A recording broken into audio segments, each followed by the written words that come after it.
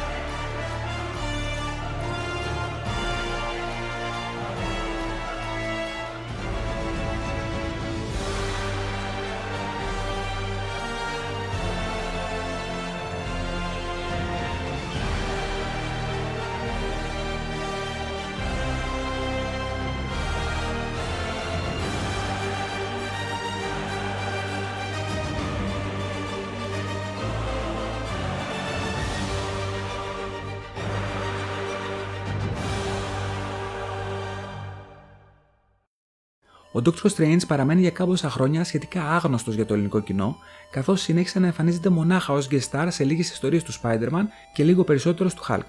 Με τον Hulk, ο Dr. Strange έχει μια ιδιαίτερη σχέση και γνωρίζονται από πολύ παλιά. Ίσως είναι και από τους πρώτους ήρωες της Marvel που έμαθαν ότι ο Hulk και ο Banner είναι η ίδια οντότητα σωματικά. Δυστυχώς αυτή η σχέση δεν έχει αναπτυχθεί καθόλου στο Marvel Cinematic Universe, μέσω του οποίου με την κυκλοφορία της πρώτης ταινίας ο ήρωας έγινε ευρέως γνωστός και στο ελληνικό κοινό. Μετά την επιτυχία της ταινίας στη χώρα μας, κάποιες από τις πιο σύγχρονες ιστορίες του Dr. Strange εκδόθηκαν από διάφορους εκδοτικούς οίκους. Αν σας άρεσε το βίντεο, πατήστε ένα like ή κάντε ένα subscribe για να ενημερώνεστε για τα επόμενα, μιας και δεν είμαι ιδιαίτερα συνεπής στα uploads, και φυσικά αν θέλετε αφήστε και ένα σχόλιο με τις δικές σας απόψεις.